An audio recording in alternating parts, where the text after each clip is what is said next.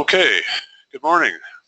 I'm Jim Carefoot from Armada, and we are here to talk a little bit this morning about the TDR. And welcome to those that are here. We'll be recording this and putting it on our YouTube site so that it's available for those folks that couldn't be here. We decided to do this just ahead of the holidays. I know a lot of people are traveling and on business and holidays themselves, so we are just decided we would do this partly because we could record it and make it available for everyone. So we've had a lot of requests for information on TDRs, and I know Craig Reed has done a couple of webinars in the East, and we are going to do this one to make it more generally available because folks are getting more and more interested in this as a tool.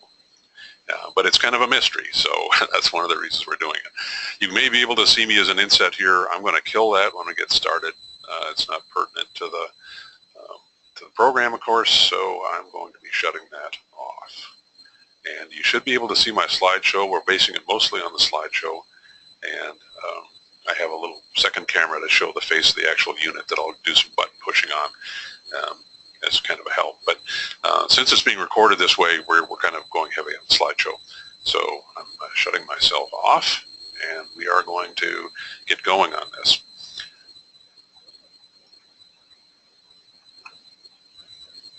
All right, what we're going to try to do today is take a little bit of time to see how the TDR works. That kind of stuff always helps with test equipment.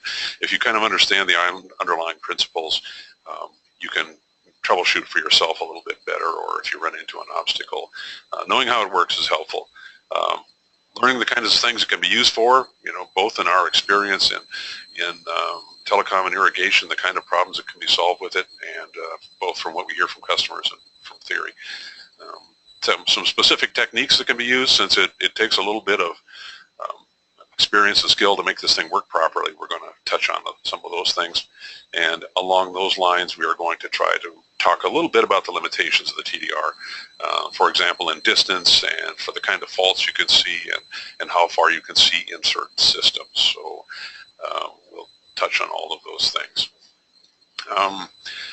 What's the TDR useful for in irrigation? We've sold a lot of these TDRs into cable television and telephones type systems where they are used to do many of the same kinds of things, but it hasn't been all that useful in irrigation until relatively recently. One of the reasons is that you really need to be working with multi-pair jacketed cables or two-wire cables, control cables known as Maxi or ID1 that are very much like telephone and communications cables. So as a result, the TDR works very nicely on these systems.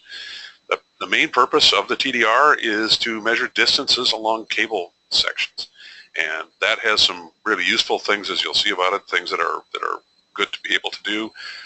It lets you spot things along the cable path or at the end of the cable path, like splices, decoders that may be out there, short circuits, even cable damage of different kinds. These are things you haven't been able to do before, and you have to learn to recognize a few of these things. We've got buried cables, and buried cables are always a mystery to begin with. We have to go and find the path of the cable first, in this case, and then we can look down the cable with the electronic gadget and see things. Some of these wiring glitches we can see with a TDR are ones that we don't find with locators primarily, although we are working on the Pro 900 and doing some more application testing that might help with two-wire systems. The Pro 900 has some nice features that may help a little bit more. The other thing about the TDR is it shows you how far it is down the wire to something, whether it's the end of the wire or damage, but you can see the nature of the damage or the fault. You can tell if it's an open circuit or a short circuit. Even if you can't see the distance, those are useful things to know. We have one guy that we work with who even uses this on open wire, just the lumped cables or wires laying in the bottom of a trench, which is really common in multi-wire irrigation systems. He doesn't care about the distance. What he cares about is the order of the wires, whether zone 1, 2, 3, 4 are the farthest, closest, and he orders them in that way, and he can see if there's damage, and he doesn't care how far it is. But most people are going to be interested in distance, and these things are particularly useful in irrigation. Most of the attention we get with this thing is if people have lost valve boxes. In two-wire irrigation systems, the electronic decoders that are used to trigger the valves hide the solenoid in the valves, and as a result, you can't typically find the solenoid the way you used to in a regular irrigation system, where you were tracking the cable outbound, and all of a sudden you get a really strong bloom signal that you're right over the box. So if the box is hidden, you can still find it. Not so in two-wire systems. So this is a technique that you can use to help find those things. When there's a cable fault and you want to know what kind it is, you've got trouble down there, you've got maybe a short circuit, you've got overcurrent showing at the controller or something, you want to know, is it a short circuit, is it a cut cable, what is it that's happening out there? Another one that's kind of interesting that I run into periodically, you want to know if a cable goes anywhere. Sometimes you're at the head of a cable, you don't know if it's cut 10 feet down or 5 feet from you, or whether there's anything there. And that little photo I have on the inset shows a Reinbird controller at a local golf course here that had been hit by a vehicle and knocked over and been stripped of equipment, and the cable stubs were sticking out of the ground. So I was able to use the TDR, go over at the thing, notice that it was a Maxi 1 cable or Maxi cable, and connect to it, and I was able to see that the cable actually still existed for about 220 feet down along the golf course, and was cut off at the end and laying in the dirt. These kinds of things I could see both between the electrical meter and my TDR, was able to tell what was going on there. Makes a good practice. You want to know how much cable is left on a spool. This is a particularly useful thing in telecom and in irrigation. You've got a spool that has a certain amount of cable on it, and you used a chunk and you don't know how much is left. You don't want to go out on a 500-foot project and discover you have 300 feet of cable left on the spool. That's something you can do with the TDR as well. The thing we're going to talk about today is the Armada Pro 400. The fault finder, we call it, or TDR. I sometimes call it a wire radar because that's pretty descriptive of what it does as far as I'm concerned. Things that are important to us in this application, of course, are a locator. We have to know the path of the cable, or we can't really do some of this measurement that we do is not very useful. Secondly, because we're working in feet and distances on the cable, a distance wheel is an important tool that we add when we're doing two-wire and other kinds of troubleshooting, where we might have an idea that an issue is some number of feet, like 65 feet down the cable. You can wheel it off and you'll know you're in the vicinity. So these things kind of all work as a suite, and this is what we typically demonstrate.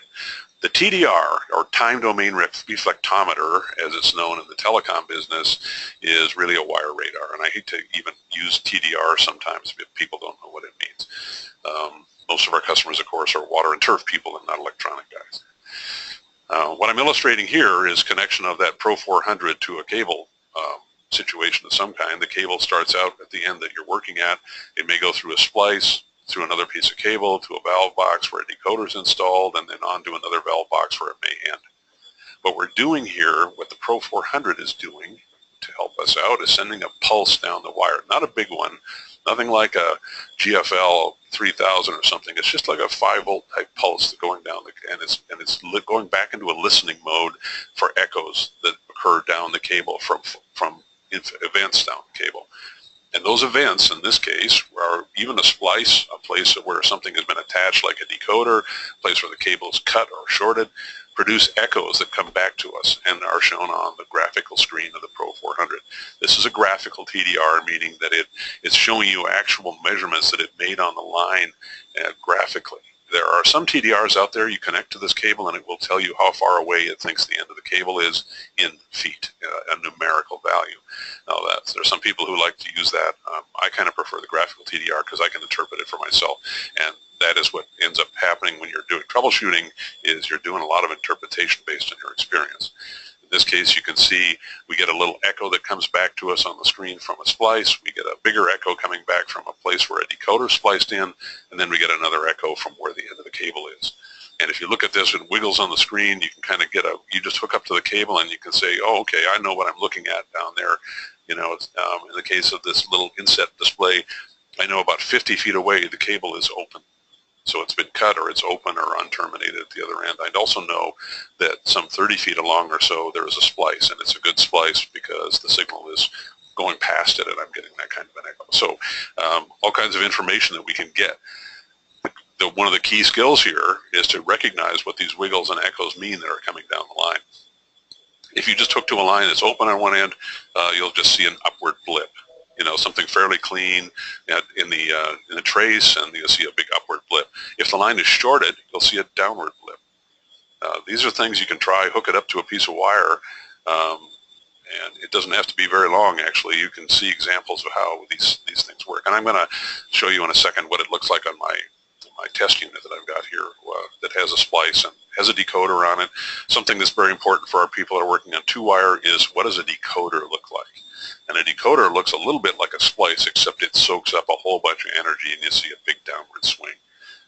I have a little Hunter decoder attached to my cable here in the office that I'm going to show you so you can recognize what it sort of looks like. If there is a place where the line has a junction and it shoots off in one direction and keeps going toward 2 different valve boxes, you'll see what looks like kind of a bridge or a T, and that is typically a downward spike that looks like a short, followed by an upward spike where the end of the side run is. That is a little harder to see, a little more difficult, but this is the kind of stuff that you need to learn. And in fact, we have some application information that helps people remember these things. What we'll probably eventually do is put a little cheat card on the back of the Pro 400 that's good for irrigation. The Pro 400 now comes with a cheat card on the back that's mostly oriented to telecom.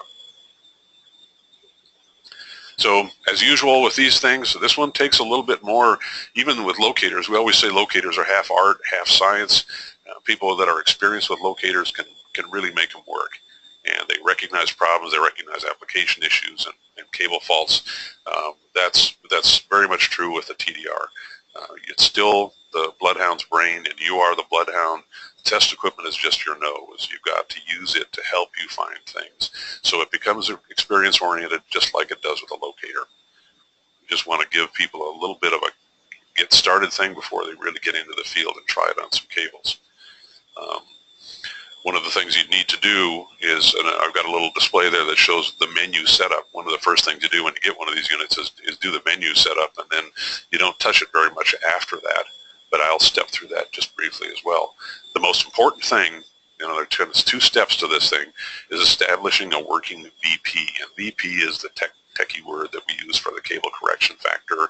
It's also known as velocity of propagation, and it's expressed in a percentage of the speed of light. So that's why I never talk about it very much. VP is velocity of propagation. I just assume call it a cable correction factor because that's the factor we use to make our distances work out. And you can pick that from the table. I'll show you an example of the table here in just a sec. In one of our application notes on the Pro 400 has a table that shows you different kinds of cables and wires and what the correction factor is to make the distances come out right. The best thing to do is to actually take a piece of working cable that in the system you're working with, you may know a distance maybe to the first valve box, shoot it with the TDR, see what the cable is, and adjust the cable correction factor till the distance is right. And many of the distances after that will be okay as you move around the system. We always say, get a good working VP. The best way to do it is use a piece of working cable from the system you're working on. And that can vary quite a bit. You can shoot a cable on a spool, that's fine, but it varies when the cable's stretched out versus being on a spool. Anyway, and ultimately you shoot the cable. And when I say that, you mean you initiate a TDR pulse, and it comes back and tells you what it sees. If you don't see much, or if the range isn't right, you can step the outside boundary of the display out and in until you're looking at the right distance. Normally I start out with something like 100 feet or some such a thing, and then see if I get any echoes. If I don't, I start moving the range out. This current model of the TDR has a gain adjustment, which means if you can see some little wiggles out there, but they're hard, they're just little wiggles, you can step up the gain and get a better pulse picture. That's especially useful when you've got little wiggles beyond the first valve box. You want to see what's going on out there, you can step up the gain. So anyway, we're going to go through this little TDR setup thing, but people don't have to do much once they've done it. What you very often have to do is adjust the VP. And this little setup screen here shows that I've set a VP of 67%. That's the correction factor for the piece of test wire that I happen to have here in the lab. So this is the cable correction factor. It's in the app note. It's also in some of our slideshows on 2-wire. Gives you a little bit of an idea. In irrigation, we go right down to the bottom of the cable. If you're in 2-wire systems, you're typically using either an ID1 decoder cable like Hunter provides, or you're using a maxi type from Page that's used in everything from Rainbird to 2-core systems. So we're dealing kind of with two kinds of two-wire systems, and you can see the correction factor varies. What I find is when I stretch the cable out on the ground with Hunter cable, I use a correction factor of 73. Literally, when I go down to buried cable that's actually in service, the correction factor is way down at 57. So you can use this table to get started on, but as I say, the best thing to do is to actually measure a piece of cable in dirt. So to be successful, if we care about distance, which most of our customers do, we are going to try to get an accurate VP correction factor. And things to be aware of is that the cable on a spool actually looks 3% longer than it is when you stretch it out. So be careful about measuring a cable. I think it's always a good idea to take a known length of cable, like a 250-foot spool of two-wire cable, and shoot it and see what the correction factor is. Just be aware when you stretch it out, it's going to look a little bit shorter, and the distance will be off by that much. So always, it's useful to shoot when you're checking on cables, whether how much you've got left. But when you're actually working on cable in the field, you want to be aware that the value drops. Once you bury that cable, it's going to drop quite a bit more. So if you're out there using Hunter ID1 cable and you're trying to figure out how far it is to the first valve box, set the correction factor in the TDR to 0.57 to start out with, and then you can adjust it when you actually move on. So just a sec here, I'm going to have left the audio open, so excuse me a second here. I'm just going to mute everyone for the moment. All right, so the best thing always is to experiment with known cabling. Shoot a distance that you know for buried cable and use the VP correction factor. That's the critical thing. Wheel it off. If you're up at the head of the controller, disconnect the cable from the controller, attach the TDR to it, and shoot down the cable and adjust the range so you see the first kind of a blip. You see, oh, okay, there's a splice. That's probably or a decoder. That's where the first valve box is from here, and it reads what the distance. And then so you take your distance wheel and walk down the cable path, and you should be right on top of the valve box when you get down there. If you're not, or you can see the valve box, tweak the cable at the adjustment or VP correction factor a little bit until the distance comes out right. And from the rest of the project, as you work through that system, you'll be able to rely much more on the actual distances. As I said, you can look down the cable and see what it is that's down there. It's a splice, it's another valve box, it's a decoder, it's a cut. Very useful kind of a gadget for finding cuts, although usually if we're looking for cut cable, if we have a ground fault locator, that's the quickest and most accurate way. But this can also do that. So know the limitations when you shoot down the cable. Stick to things that are fairly close into you. By that I mean when you are looking down the cable and you see the first decoder, that's great. The first decoder, though, is going to suck up a lot of signal from the TDR's pulse. That means that subsequent boxes downstream are going to have smaller and smaller signals that are difficult to see. So there is a kind of a range limitation, especially with decoders, because they soak up so much energy. But this little inset that I've got here that shows, and the blip on the left that stands up in the air is you. That's the beginning of the trace. So what I've done here is shot down a cable. It was Hunter cable that I laid out, and there was a decoder up at the end of it, and it was 100 feet away. I could see that there was a decoder, and it's sucking up a lot of energy. If there was another decoder another 100 feet down, you'd be able to see a little wiggle out there. You can step up the gain and measure the distance to that second decoder also. But it has a limitation to only run the first decoder or a few decoders. So the little wiggle before you get to the decoder is a splice. My test cable had a splice in it. It was just a good splice, but it was there, just wire nuts, and then there was a decoder at the end of the cable, and that's what it looks like. So pretty good example of what you'll see when you're in a real system and shoot down. What I'm going to do now, if you bear with me for a minute, is switch over to my second camera and show you the face of the unit. There are a number of button pushes that have to go on to operate this thing, and obviously when you're using it, you get used to it pretty quickly, and it's not too hard to operate the thing. There's a power button. The really important things on the front of the machine are the little symbols that are next to the buttons, less the words and more the symbols. So you push the power to turn it on, and then you can push the down arrow to cause the thing to run a trace. I'm going to switch over to my camera here in just a moment.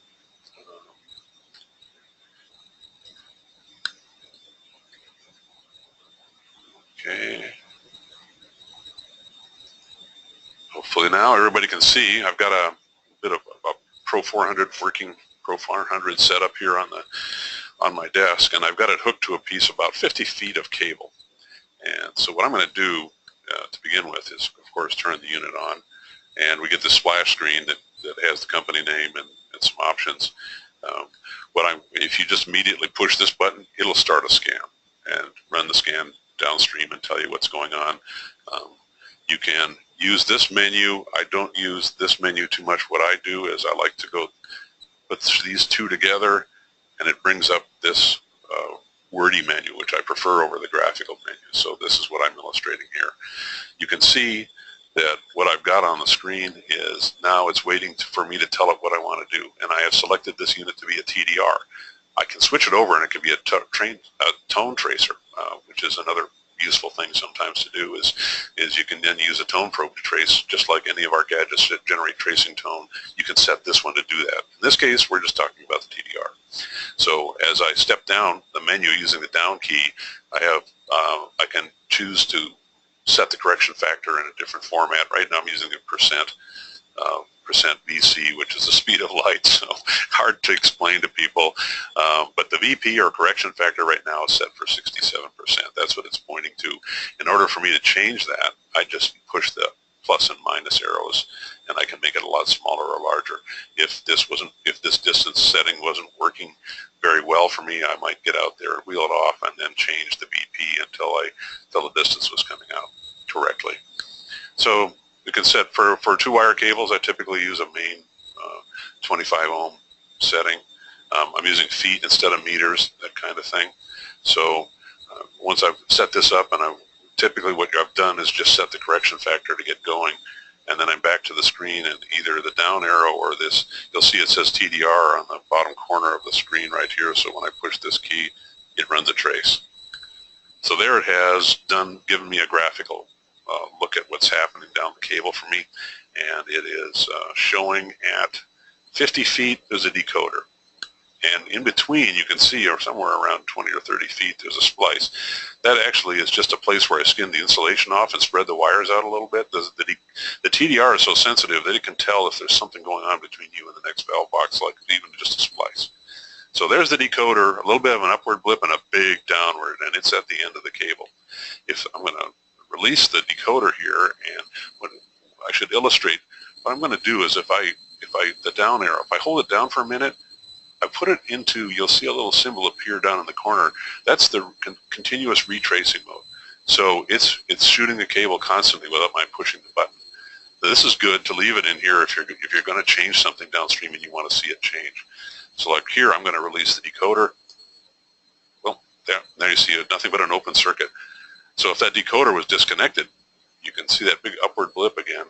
I can see that I've got an open circuit at 50 feet. So now I want to kind of wheel it off and go down there and see what happened. Is the wire nut come off the decoder or something similar? So when you'll see that what I've got here is this thing set for the 90-foot range. If I thought, which is fine because I'm working in distances like 50 feet, you might be working a couple hundred feet down to the first decoder or first valve box. So you can adjust the range by holding the range key down, and I push the up or plus key a few times, and now I'm looking at 360 feet worth of cable space out there.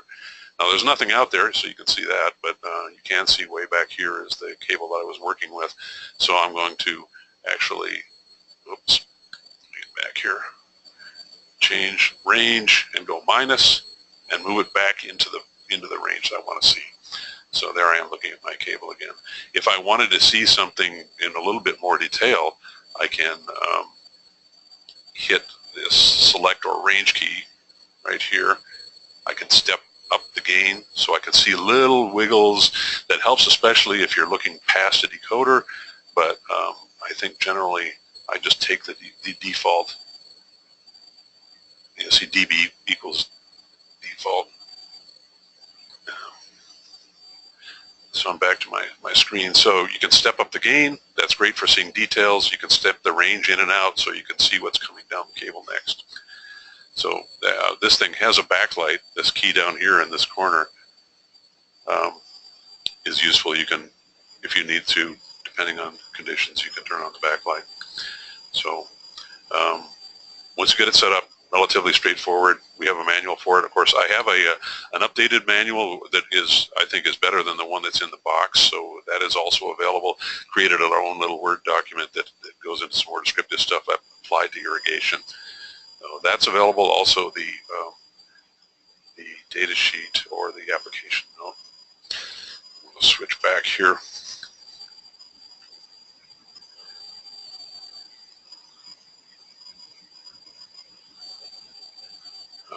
Okay, so there are a bunch of keys and they're a little cryptic when you first see these things, but they get pretty familiar as you use them.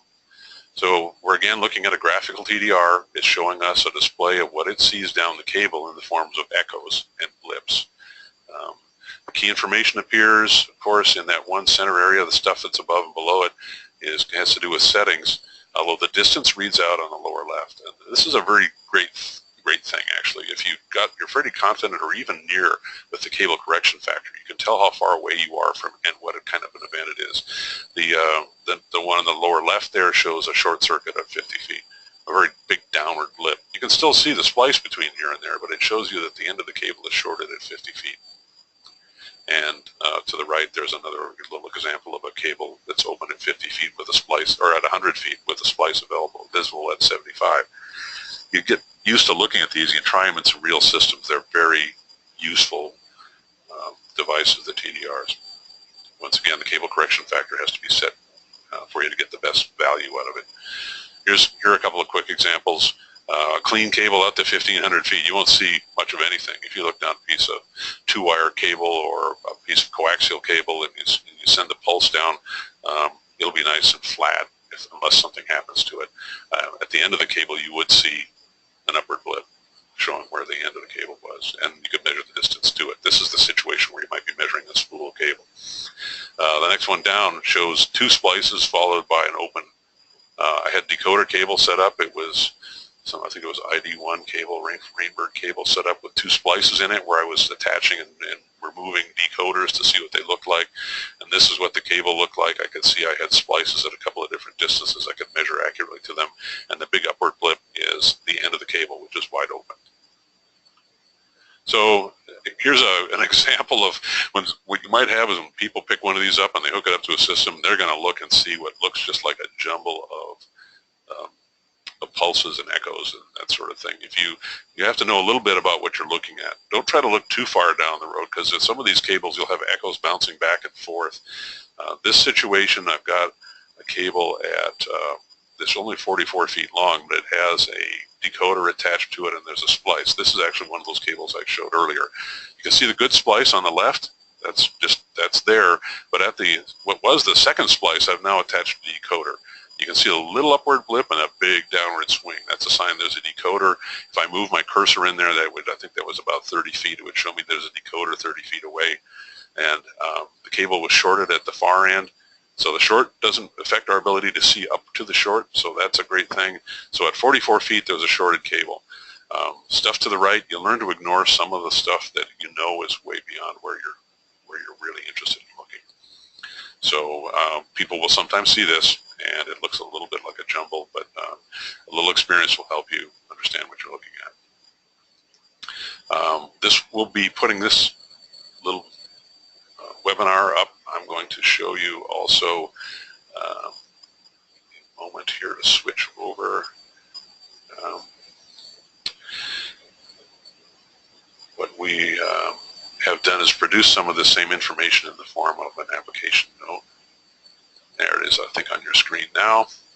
And in there is this table we talked about for getting the VP right, some examples of what screens look like, the equipment, which keys you push to increase the range, increase the gain. These are just kind of a quick start guide for someone who picks up one of these things that just needs to get it into the right mode and get a starting point. This application note I'll be putting up on the website and will be available for download.